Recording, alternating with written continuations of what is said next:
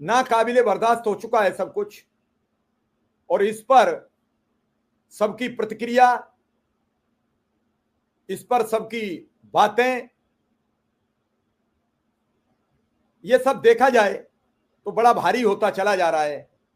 और अगर यही सब होता रहा, यही सब चलता रहा, तो आखिर कैसे चलेगा? क्या होगा, क्या नहीं होगा, कैसे होगा, क्या कहा जाए? जिस देश में एक एक रोटी को तरसते लोग, स्थिति क्या बना दी है?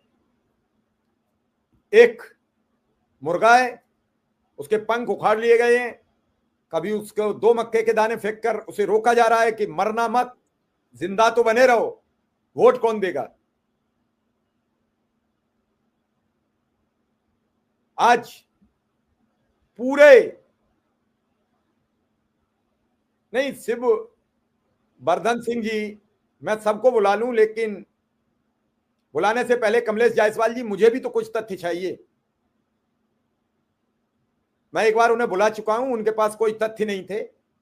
हवाबाजी से नहीं काम होता, आप ट्विटर पर कुछ भी लिख दीजिए, आपका अपनी मंशा है, कहीं पर भी उनका कोई तथ्य नहीं होता। उनके पास क्या है आंकड़े के आपको नियमित किया जाएगा? नियमित किया जा सकता, सरकार उसी मंशा पर करेगी जैसे पूर्ववर्ती हुई। और मैं ये आपसे सबसे ये जरूर गुजारिश करूंगा कि थोड़ा सा आप हमारा साथ दीजिए, 2-4-5 लोगों के तक और जोड़ने का प्रयास कीजिए, 2-4-5 लोगों तक ये वीडियो शेयर कीजिए। आप अगर ट्विटर पर हो तो ट्विटर पर लिख मारिए, आप अगर फेसबुक पर हो तो फेसबुक पर लिख भेजिए, व्हाट्सएप पर हो तो व्हाट्सएप के ग्रुप्स में डालिए, ताकि ये आपकी आवाज में दम बने।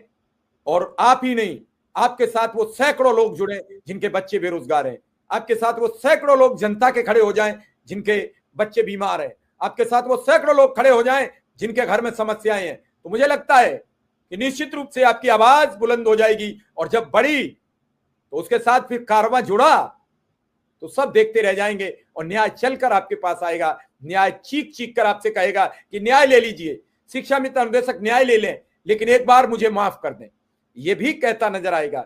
ये सब आपकी ताकत है, आप अपार बल है आपके पास, लेकिन आप उस बल को भूल गए हैं।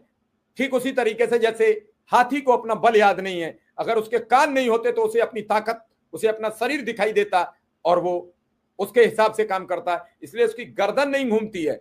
वैसे ही आपको अपनी एकता का बल नहीं पता है, आपको अपनी ताकत का बल नहीं पता है। अगर आपको अपनी ताकत का अनुमान होता तो आज ये सब बरसों नहीं करना पड़ता। आपने एक दिन ताकत दिखाई, उसी का नतीजा था कि सरकार ने 1 महीने के भीतर बैठक बुलाई, बात कराई, कहा कि न्याय दिया जाए। एक दिन की ताकत थी। 5 सितंबर 2024 का वो दिन था जब पूरा लखनऊ जाम था, गली गली में शिक्षा मित्र था, सड़कों पर शिक्षा मित्र था, चौराहे पर शिक्षा मित्र था, रेलवे स्टेशन, बस अड्डे, सब जगह शिक्षा मित्र था। और उस दिन ऐसा बना जो बनना भी मुश्किल है, और उसी का प्रयास था कि आपकी बात सुनने को सरकार तैयार हुई। सरकार गलती नहीं मानती है, सरकार ये स्वीकार नहीं करती है कि हमने इस वजह से स्वीकार कर लिया, हमने इस वजह से मान ली। असली बात वही थी, और इसीलिए आज ये पोजीशन बनी।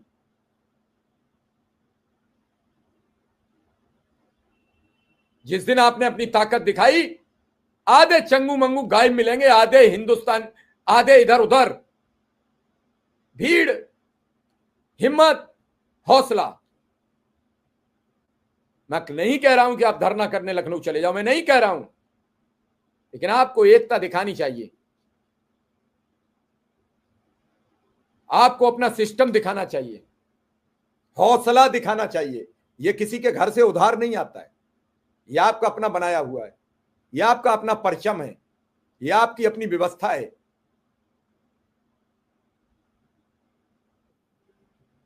क्यों घबराना?